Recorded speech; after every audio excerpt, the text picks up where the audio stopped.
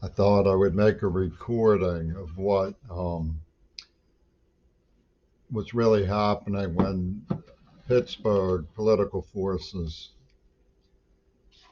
who influenced Seattle later moved very quickly and with great direction to claim that I was lying about what was happening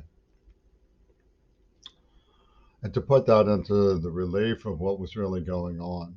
I'm talking about gangs like People's Oakland and Mercy Hospital, um, Thomas Merton Center, Carnegie Mellon University, Pitt.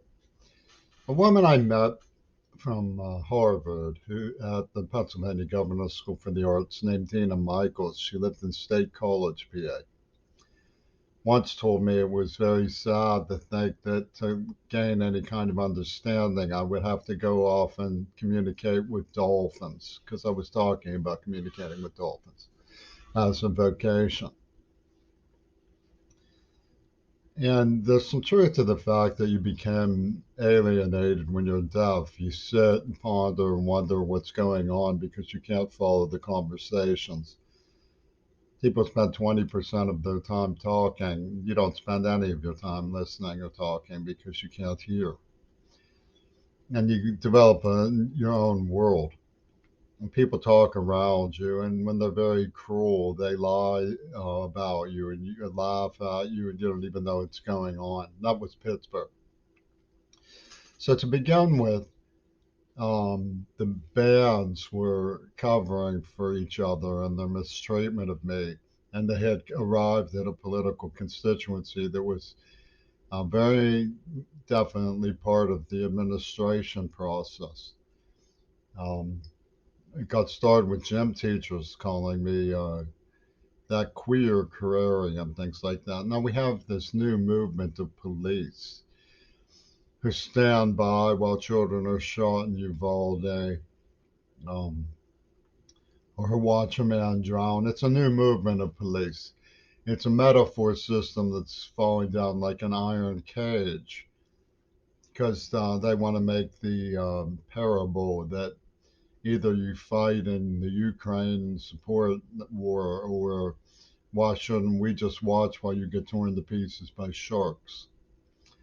So we know what's going on, but there's no consensus about um, doing anything about it. So we're going to be stuck with these liars who we mistake for peers.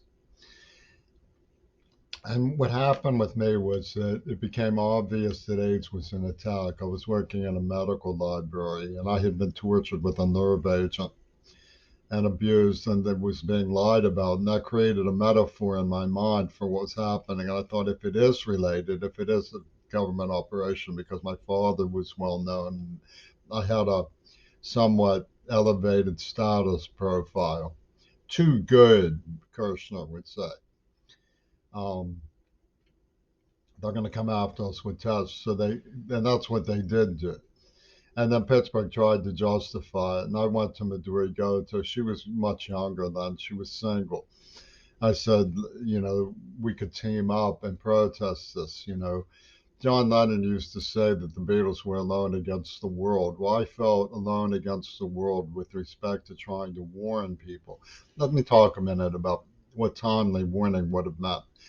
People saw the rerun when Donald Trump refused to warn people, just let it go, just let it go, let it go, with the COVID 19 bomb, which came from the same place. You know, um, that's the hidden transcript of the alliance between Oliver Stone and Putin. And that's what I was up against. So, paid to be alone against the world. What was I trying to do? Well, I saw the terrible things that were happening because we saw the early medical books before there was treatment. And I wanted to help protect the queers. So, I wanted to get the word about social distancing out, humanize the situation so they didn't panic, try to save lives. And the treacherous garage rockers in Pittsburgh said, no, no, no, no. Crary's a liar. He's just after the sex motive. And so I thought, well, people are entitled to their privacy when they have sex, and they're demonizing the sex motive. So that's the direction of their attack. So play into the sexual treatment to find their hidden bait, and I turned up their word game. And what was the black man doing all this? He didn't care about the deafness. That was a minority status card. The black man wanted to trump the minority status card of being deaf because the black man had called dibs on Maduri Gota. This gets really into the media system that was being used by Dan Rather and his associates. They would rather fight about the X motive than try to get help or investigate or get warning or save lives. That's the bottom line. Now, I grew up in a Jewish Holocaust survivor community. I mean, they did it again with COVID. They ran everybody into the streets for Black Lives Matter with the Geo Pink Floyd thing that they pulled, geopolitical theory, George Floyd, whatever. So it was all encrypted. It was all word game. And this was what I was resisting. I was trying to get word out, but on high status scene from the Kremlinopolis of Columbia University was saying no, no. It was like a switchboard.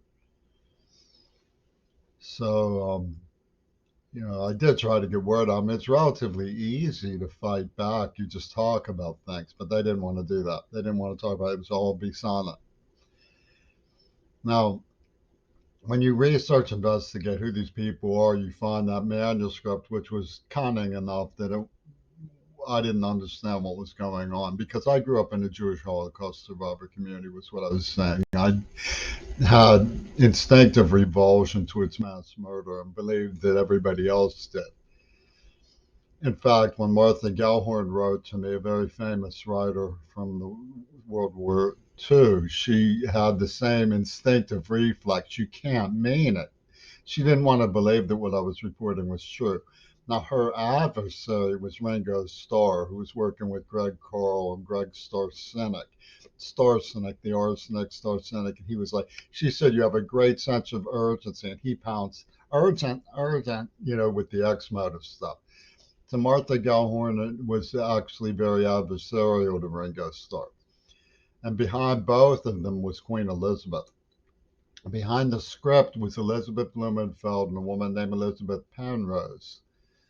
So in Penrose, Billy Rod used to call her Penn Rotten. Now you should investigate who all of these people are, because if you investigated who all of this are, you would find who was attacking us. And people like Paul Ranko have the capacity to do things like monkeypox um, variations in laboratories and release them, and they're quite obviously capable of doing these things. These are advanced materials devices at Mellon Institute. That's what this new movement of cops is really about. They don't want to investigate a thing. They want to stand by while mass murder is committed. And they put my name on it. You see, that's one of the things that's been a big problem with all of this is they put my name on it. And they're still continuing. Terroristas like Tacoma University and Seattle Central Community College who can only think in status climbing. They see the thing as like a money bag pilfer. Everything is money. Everything is money. And they rob through the banks. They commit moral murders and status murders, and it's all about poaching. It's all about poaching. It's all you yourself are being driven by money. We'll starve you, and you'll fight for food, and then we'll see. They're really dumb. These people um, see the whole thing as a money riot. To put it, that's no other way to put it. It's a nice term that some poet thought up. That's what they see it as. And so don't save lives, no, because the Black Panthers and the KKK have agreed on a penny poach line over the pussy bowl token of its highest status achievement. That's what I was up against the whole time. So you wonder, what was I up against? I didn't understand what I was up against.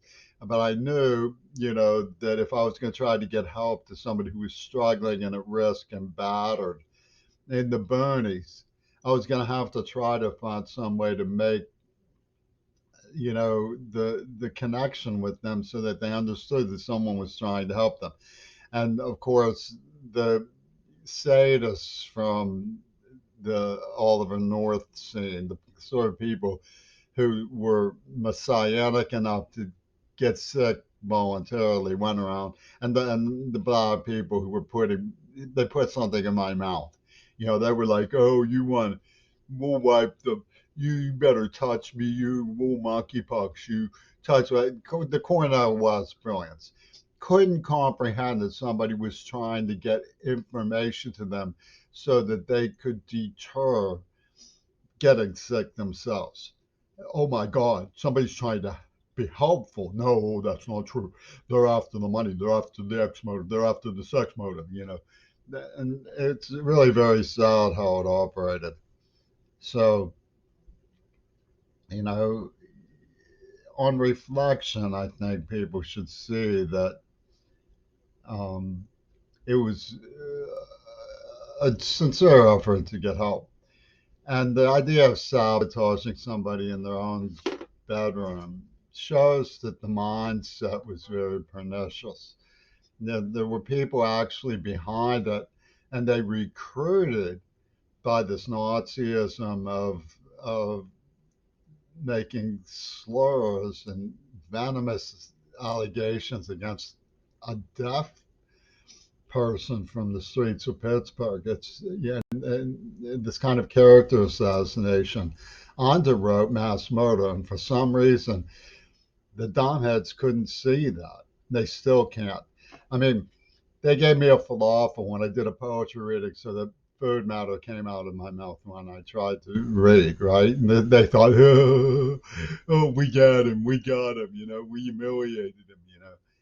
That's the comic community college's style. They're really, you know, and the Martha Gellhorn got an alert put through the psychopaths of the postal union, whatever the hell that is. They evidently read everybody's mail, and these people murdered three Kennedys, four Kennedys. You know, they followed a letter of mine response to Courtney Kennedy and delivered the anonymous call. There's two more in the lake.